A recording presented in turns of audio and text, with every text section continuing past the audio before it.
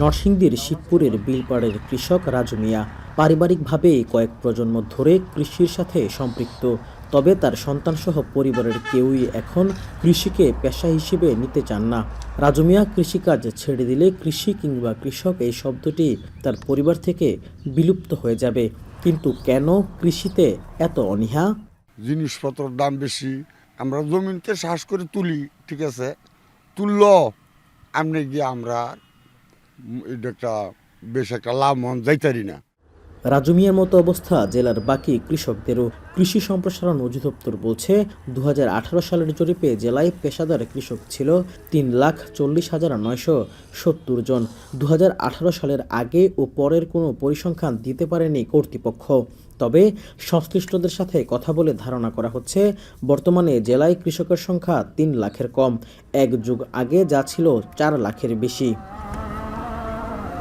সম্ভাবনা থাকা সত্ত্বেও কৃষি খাতে নির্ভরশীল পরিবারে খাদ্য নিরাপত্তাহীনতা, আয়ের বৈষম্য, কৃষি যান্ত্রিকীকরণের কারণে কাজের ক্ষেত্র কমে যাওয়া, জলবায়ু পরিবর্তন সহ বিভিন্ন কারণে কৃষি পেশা ছাড়ছে মানুষ। সার কীটনাশকের বাড়তি দামও মরার উপর খাড়ার ঘা।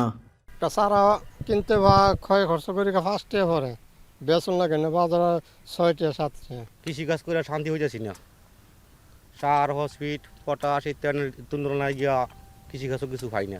কিনুরম খালি খাইয়া যাওন যায়। মনে করেন বর্তমান যে একটা আয় করবো না, ফলাফান লেয়াফরা করাইবো, এই সমস্ত কিন্তু বাও নাই গিয়া। কৃষিকাজ ছেড়ে কেউ পাড়ি জমাচ্ছেন প্রবাসে, কেউ হচ্ছেন গার্মেন্টস কর্মী কিংবা রিক্সা চালক।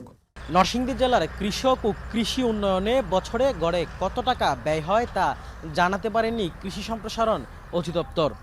তবে চলতি অর্থ বছরে কৃষি, মৎস্য, প্রাণী সম্পদ ও খাদ্য নিরাপত্তা খাতে সম্মিলিতভাবে বাজেট ধরা হয়েছে 38,259 কোটি টাকা, যা বিগত বাজেটের চেয়ে 2,379 কোটি টাকা বেশি।